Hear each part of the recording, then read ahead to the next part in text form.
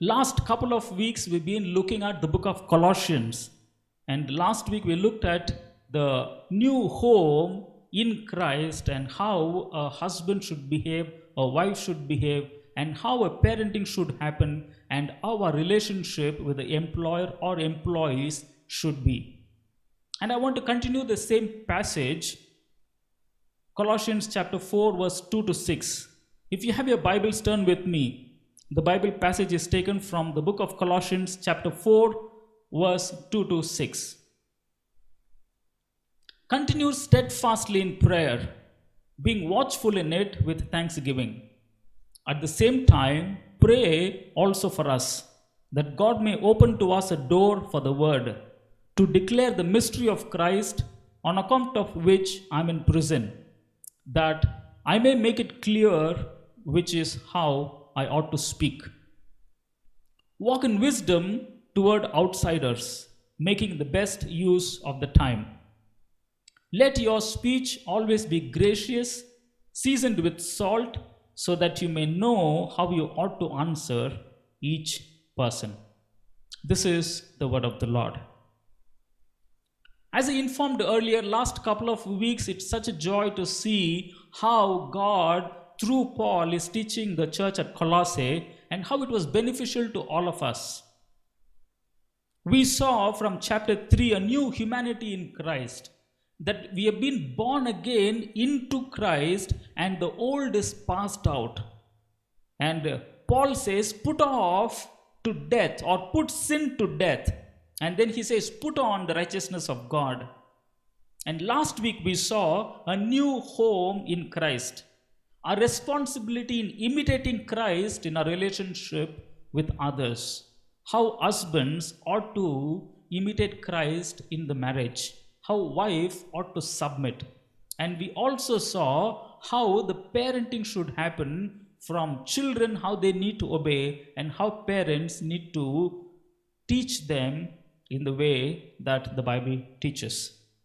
We also saw how a relationship between employer and employee should go. So, God is in the process of changing us, and in the process of changing us, He says, your behaviors change. The way you relate with one another changes. If you have missed any of our sermons, I would encourage you can just go back. It's been uploaded in YouTube. You can just watch that one. I'm sure it will help you. So the passage that was read to us, Paul is almost in the finishing stage. He is finishing the letter, and these are his final instructions. I have titled my message this morning as a new opportunity in Christ. As I said, Paul is almost closing his letter, and these are his final instructions. And we need not discount the final instructions. Final instructions too are equally important as the body of the letter. Paul in this passage talks about two things. And I want to talk about that, and let me finish. The first one, verse 2 to 4, he talks our interaction with God. How our interaction with God should be. Our relationship with God, how it ought to be through prayer. And the second aspect, verse 5 and 6, our interaction with outsiders, those people who are outside the church, that is, non-Christians. With the world, how our interactions should be. Let me repeat, the first interaction is our interaction with God. How our interaction with God, how should we talk to God? First one. Second one, how we need to talk to others who are predominantly outside of Christian faith or outside the church. So if you have a Bible, look at verse 2 and 3. It says, pray, pray. Verse 2 says, continue steadfastly in prayer. And then he goes on to say, being watchful in it with thanksgiving. So our interaction with God is through prayer, and it's a wonderful opportunity that God has given to us. I have seen people who are flocking behind superstars, who are flocking behind cine actors, and if they have a chance to talk to them And they think it's a privilege that particular superstar has given a time that I can talk to him. And I have seen people putting the pictures and videos on social media saying that I met this person, I talked with him, I interacted with him, he listened to my problems. And people are so happy and they take pride in that. Paul says, hey, your interaction with God should happen. And that's a privilege or an opportunity that God has given to us. Imagine for a moment the only God, the creator of heavens and the earth, and he comes down and he says, look, my phone number is available. My WhatsApp is available. I'm willing to talk to you. You can reach out to me, talk to me. I'm all ears. Wow, what a joy that is. What a privilege, what a blessing we have that we can directly talk with God. A great blessing, I would say. And Paul here he says, continue in that prayer. Continue steadfastly in that prayer. Prayer is nothing but our dependence on God. Many people talk about a prayer. For me, prayer is talking to God. I talk with God. What? Anything and everything. Whatever I feel, my hurt, my cry, my desire, or my wants, what I need in life, and how I feel, I can talk to God. There are moments when some people are depressed. All you need to do is just go and sit there. Just listen to their problems. Listen to their problems, and they will find strength in it. You need not do anything, just give your ears to them. The more they pour out, the more lighter they become in their hearts, and they find a kind of a healing. It is precisely the same thing that Paul encourages. Hey, continue your talking to God, or rather, don't give up. Don't give up. It's a privilege God has given to us that we can talk to God. And when we talk with God, lot more things happen. Lot more things happen. And in this 3 verses, verse 2, 3, and 4, Paul gives 4 expressions of talking to God. 4 expressions of talking to God. The first one he says in verse 2, pray steadfastly. It's not just pray and he just kept quiet. Pray steadfastly. Steadfastly is something like you devote yourself consistently. You don't give up. You just keep on praying. It's not a continuous in the terms of, oh, I ended my prayer, what do I do? Should I not do anything in my life? No, it's not like that. Persistently keep talking with God. Continuously keep talking with God, or don't give up your prayer life. It is through prayer and constant communication with God that we renew our inner self. Every day when we talk with God, when we continue talking to God on a daily basis, what happens? The power of God comes to us that makes us to say no to temptations. God's energy, God gives us a great energy to do anything in this world. And Paul says, don't give up. Don't give up. Unfortunately, this talking with God is people finding it very difficult. Christians find it very difficult to talk with God. I know a good friend of mine. He is a good friend. We both talk, and talk.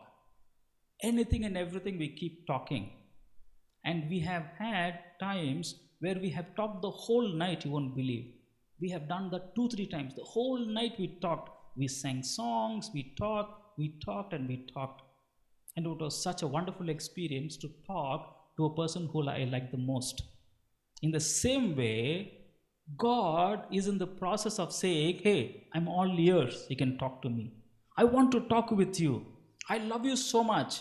You can talk with me. I also want to talk to you. But unfortunately, many people find it very difficult. They think it's burdensome. Talking to God is burdensome. But actually, talking to God reduces our burden. It reduces our burden. Paul says, he encourages, hey, Colossae, don't give up on talking with God. Steadfastly devote yourself, make room for God, make time for God, put away all the things that is unnecessary, make time for God, and continue in your prayer life. Moving on, he says in verse 2, pray watchfully. Pray watchfully. Watching is not that I'm looking around the world and I'm seeing what is happening in the world and let me pray accordingly. Here it is not mentioning that. When it says pray watchfully, it mentions two things.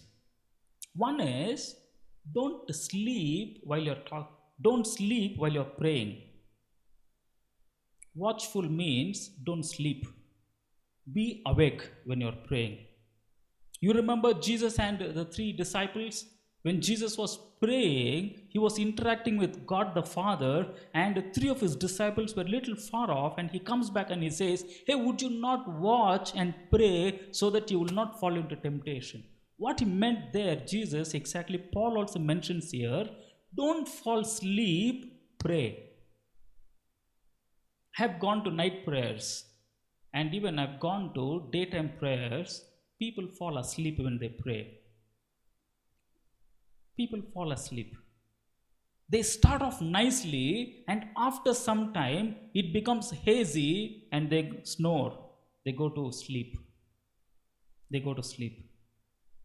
One of the things my friend he does is God answers all our prayers. God hears, and he most of the times he sleeps and he prays.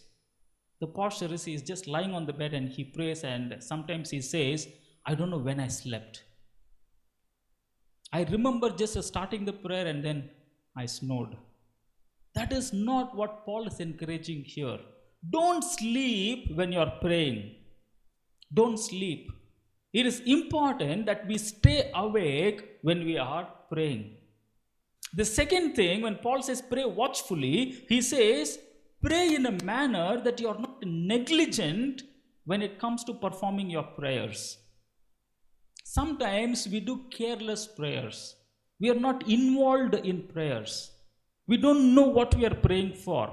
It is so hazy. What did you pray for? I really don't know what I prayed for. Can you pray for this? They're not able to pray with much concentration. And Paul says, don't be negligent. That is not the manner of prayer. You need to put your mind, body, and soul when you're praying to God. Imagine you go to most important person in this whole world, whoever that person is. You go to that person and you're about to talk, and that person is given 1 hour time for you to talk, and then you're talking and you're talking carelessly. How would that look? You're not honoring that person. And I have seen people when they are praying, they are very careless in their prayer. There is no reverence for God. They are talking to God, but the way they are sounding, the way they are praying, it is not even honoring God. It's such a sad thing that happens. Should not be a cold prayer. If the intention of the heart is missing, the Jewish proverb says that it is not prayer at all. It is not prayer at all. So Paul is saying, be watchful. In what manner? You be very careful when you are praying. Put your heart into it. Let the depth of your cry come out when you are praying. If you are praying for people who are sick, imagine their pain and pray. If you are praying for a nation, imagine the pain and the cry of the people and pray. Then you are praying nicely, not carelessly.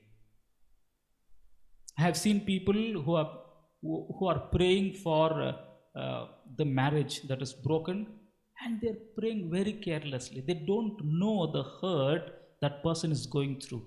Just a casual prayer. And in the proverb, Jewish proverb, it says, if we pray like that, it is not prayer at all. Paul says in verse 3 how you ought to pray. Pray thankfully. Thanking God is an integral part of a Christian life. You just look back and you say thanks to God. It's an amazing way to feel the love of God in our lives. Whenever I feel a little low, all I need to do is just look back and just remember or recollect whatever God has done in our lives. There is a illustration that comes to my mind. A small child was walking into heaven and he saw many departments there.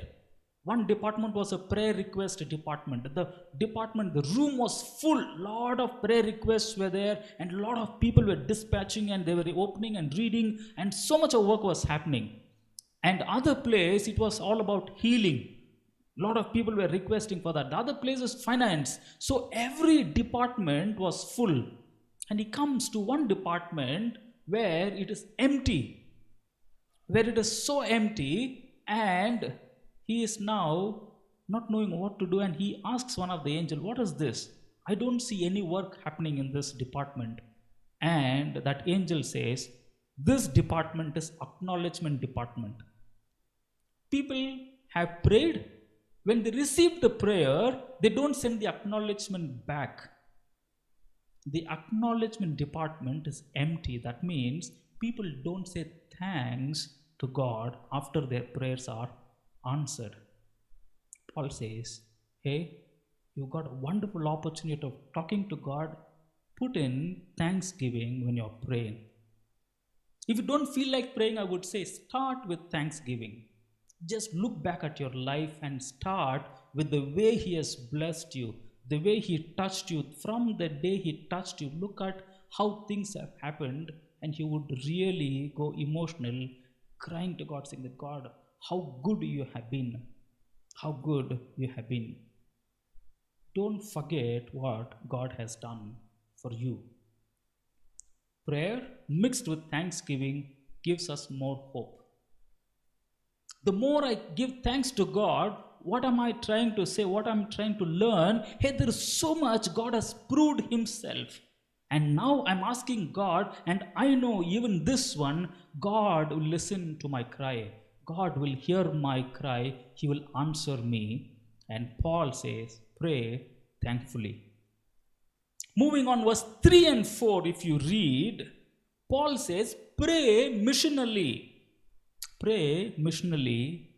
He says, Paul urges the Colossians church, saying that, hey, Colossians church, you talk with God, steadfastly you talk with God, watchfully you talk with God, thankfully you talk with God. And then he says, you also talk to God about us.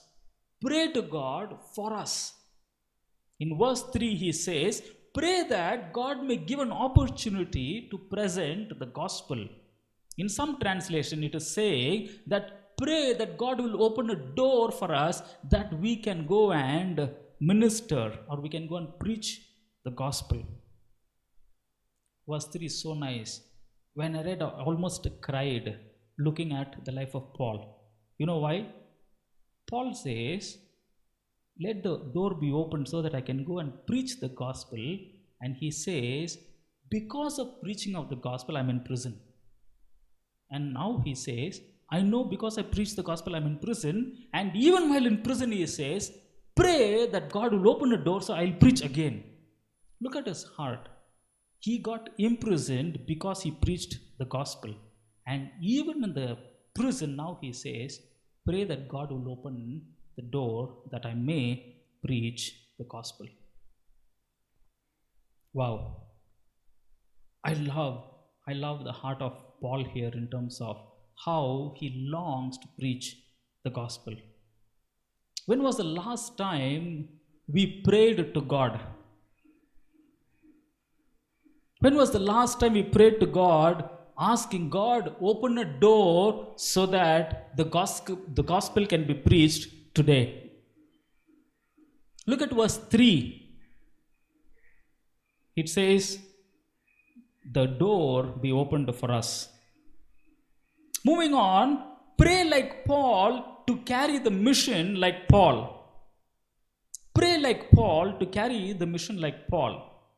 Now, Paul is telling, hey, I've been imprisoned because I preached the gospel, and now he is asking the church of Colossae, you please pray for me so that again God will open a door for me to preach. In other words, Paul is using his life as an object lesson in teaching the church at Colossae. What is Paul trying to say? Look at my life. I've been imprisoned, but I still want to preach. In that, indirectly, he's telling the church at Colossae, be like me when it comes to mission. Can you imitate me when it comes to missions that I need to preach the gospel?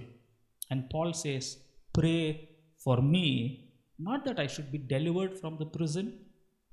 If I were in prison, if I was in prison because I preached the gospel, my first prayer request would have been, pray that I will be delivered from this prison. Paul doesn't say that. Paul says, pray that God will open a door. In this, I just wanted to mention 3 things that I really like about Paul when he talks about missions. Romans 1:16, he says, I'm not ashamed of the gospel, because he says it is the power of God for the salvation of everyone. The gospel proclamation is the power of God through which everyone will be saved. And Paul says, I'm not ashamed of the gospel at all. He loves to preach, he says in verse 4, the mystery of Christ that was revealed to us. I want to share the mystery of Christ. What is the mystery of Christ?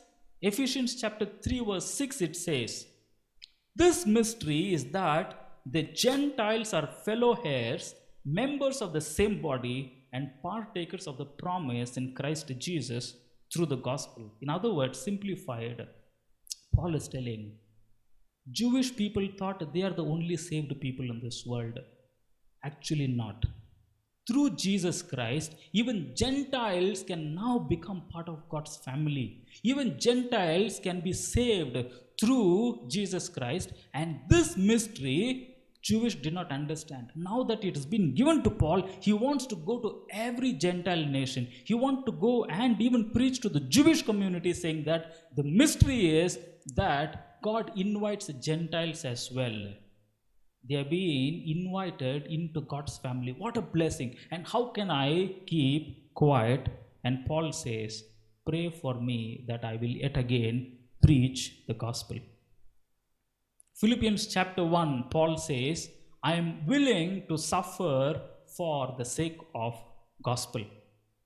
He says, for me to live is Christ and to die is gain. And he says, it is better that I die because I'm in so much of pain, so much of chains. I better die and go and meet Christ. But he says, but for the faithful labor to happen, it is good that if I stay alive. He's in so much of chains, Paul. But Paul's heart is, for the betterment of the gospel preaching, it is better I stay alive. Even in chains. Even in chains. When the church at Colossae prays for Paul, now they understand, hey, while I'm praying for Paul, it is my duty also to take what Paul is doing into my life. We all need to pray for missionaries.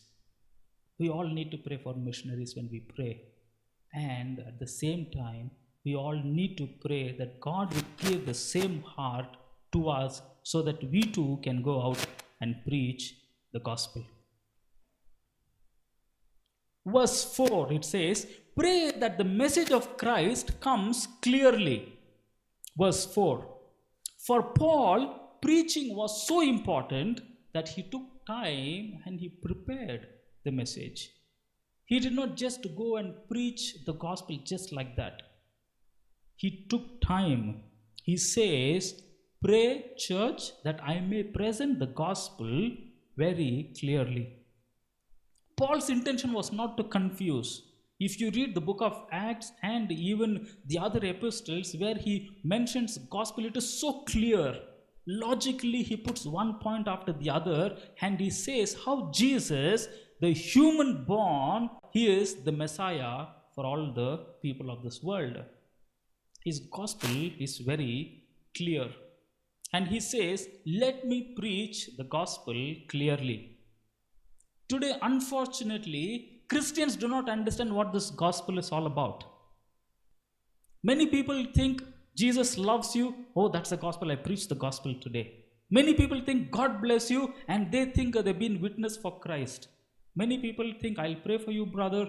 God bless you. God heal you. May God give you promotion. May God feed you. May God give you all the desires of your heart. May He increase all the blessings in your barn. They say and they think they have presented the gospel of Jesus Christ. Actually, not. Sometimes you don't understand what actually the gospel is. If you have your Bibles, turn with me to 1 Corinthians chapter 15, verse 3 and 4. And Paul very clearly says, what is the gospel that he is so concerned about preaching? He says to the Corinthians church, let me read verse 3 and 4 of 1 Corinthians chapter 15. For I delivered to you as of first importance what I also received, that Christ died for our sins in accordance with the scriptures, that He was buried, and that He was raised on the third day in accordance with the scriptures. Paul mentions three things here, and he says this is what he received from God, and this is what he says the main message that he preached to Corinthians. What is that? Christ came into this world. God loved the world. God loved the sinners. He sent Jesus Christ, His only begotten Son. Second, he says He died. The gospel is waste if we don't mention Jesus' death on the cross. If we don't mention that Jesus died for our sins, that is not gospel at all. That is not gospel at all. So the second point Paul says is He died in accordance with the scriptures for our sins. Jesus became my substitute, and that is good news to me. I need not die. Jesus died for me. And that is the good news that we need to go and preach to the outside world, saying that the gospel is punishment is not on you. Somebody has paid the punishment for all the wrong things you have done. And if you believe in Jesus, you will escape from the penalty of sin, that is death, because Jesus died for your sin. That's a good news that people are looking to hear today. Not that Jesus loves you. Of course, we need that, but that is not the essence of the gospel. And the third thing he mentions in gospel, He rose again in accordance with the scriptures. What does that mean? There is an eternal hope. Jesus is going to come, and we also are going to be raised with Him, and we will live in eternity with God. Many people are thinking life is a circle. They will die, they'll be born again, they will die, they'll born, they will die, they'll be born again. It's not a circle, what the scripture talks about. It is not that.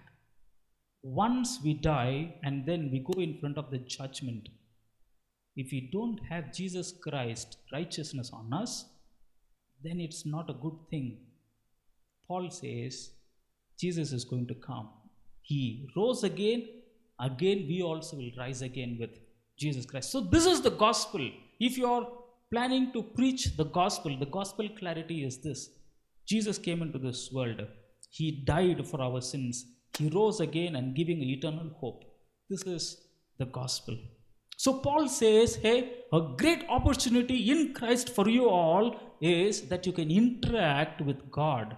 You can talk to God. You can express your heart's desire to God. There is a wonderful intimacy when you talk with God. So much of energy you get to say no to temptation. Paul encourages them, don't stop praying.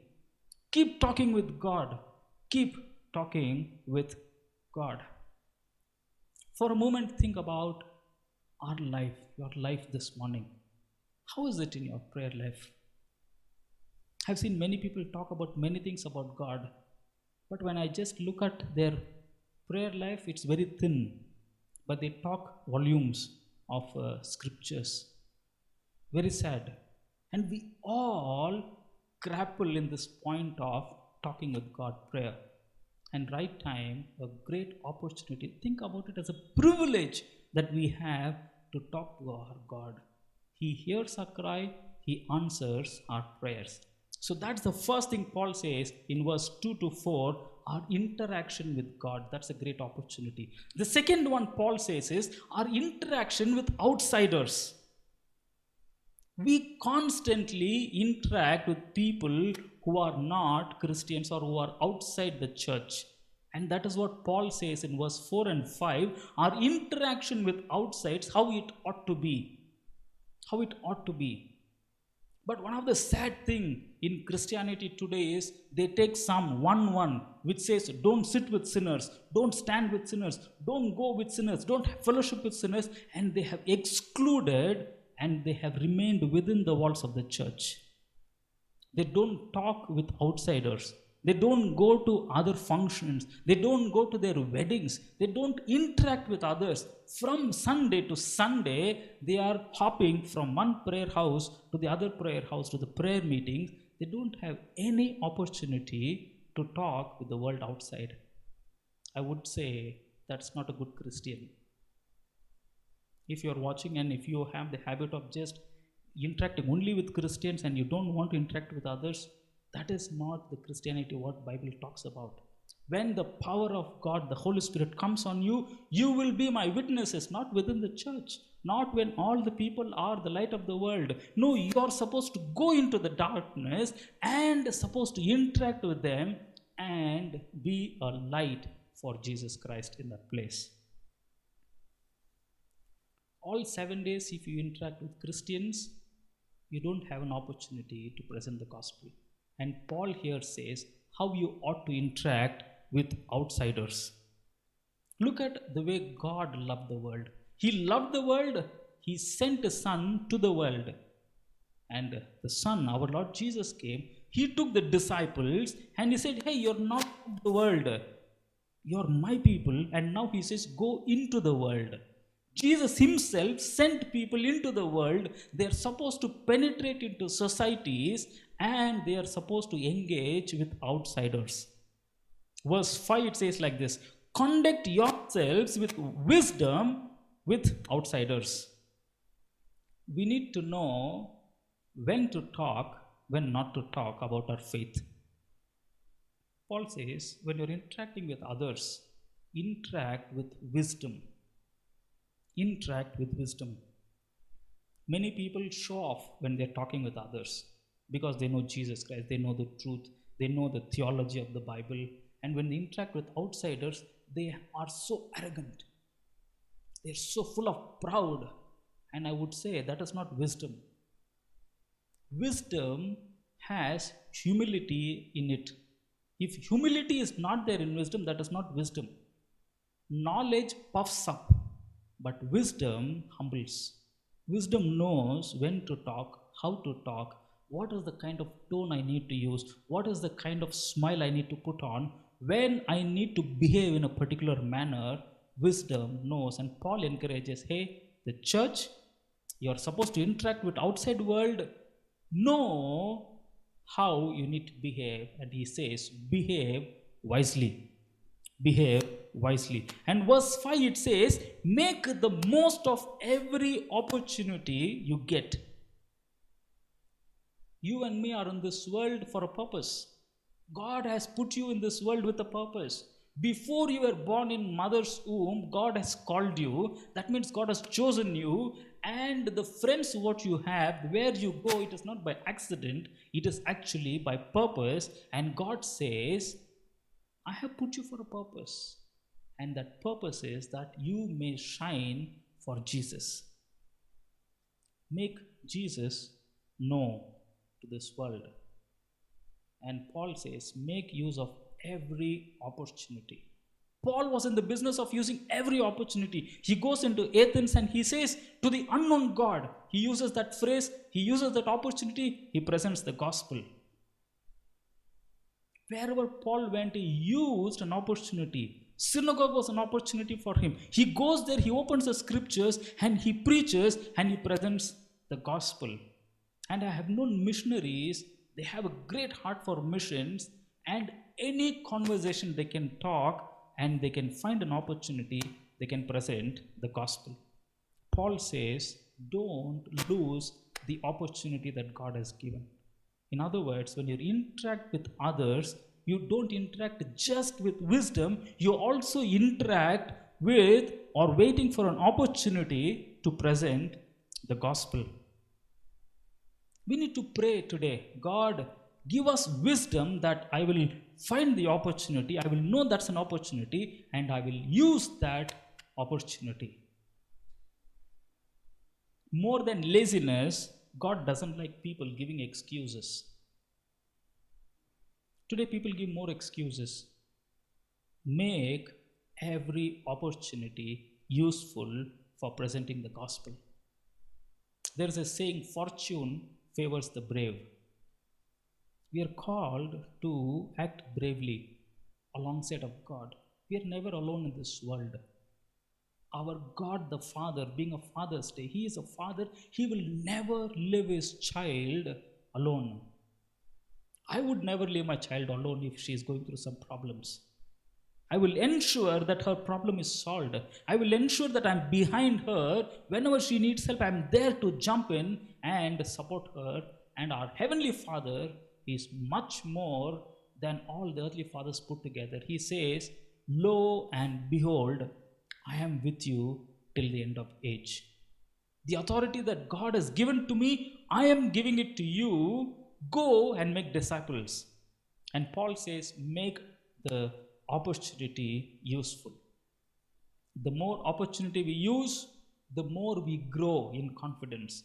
The more we go in confidence, the more we make a Jesus shine in the outside world. Moving on, Paul says in verse 6, our words with outsiders should be pleasant and interesting. If you read verse 6, it says that our words with outsiders should be gracious, should be seasoned with salt. What does it mean? We should not be arrogant when we are talking with others. We think that we know the truth. Yes, of course, we know the truth. The biggest mystery that we know, that even Gentiles can accept Christ and be part of God's family, we know the big truth. That truth should not drive us to arrogantly present the gospel, but with much love. People will not reciprocate love and graciousness towards us, but yet we are called to be patient with them. We are called to love them. We are called to talk in a way that is pleasing. The truth, the gospel requires an attitude of grace is there with the gospel. Many people I know, they present the gospel from judgment point of view. You will go to hell. Repent. I am not a great fan of that kind of a preaching. I would rather say, good news is, my brother, Jesus loves you. He died for your sins. Your penalty He has paid. There is no punishment for you if you accept Jesus Christ. I would rather go in a loving manner, not bring a hell and judgment and then try to present the gospel of Jesus Christ. Never be arrogant when you're presenting the gospel. Never criticize people for their lack of understanding. Never criticize the people because they're going behind the cultures. Never criticize people because they are worshipping so-called gods, which they are not gods from your point of view. Never criticize them. Don't criticize their rituals and religiosities.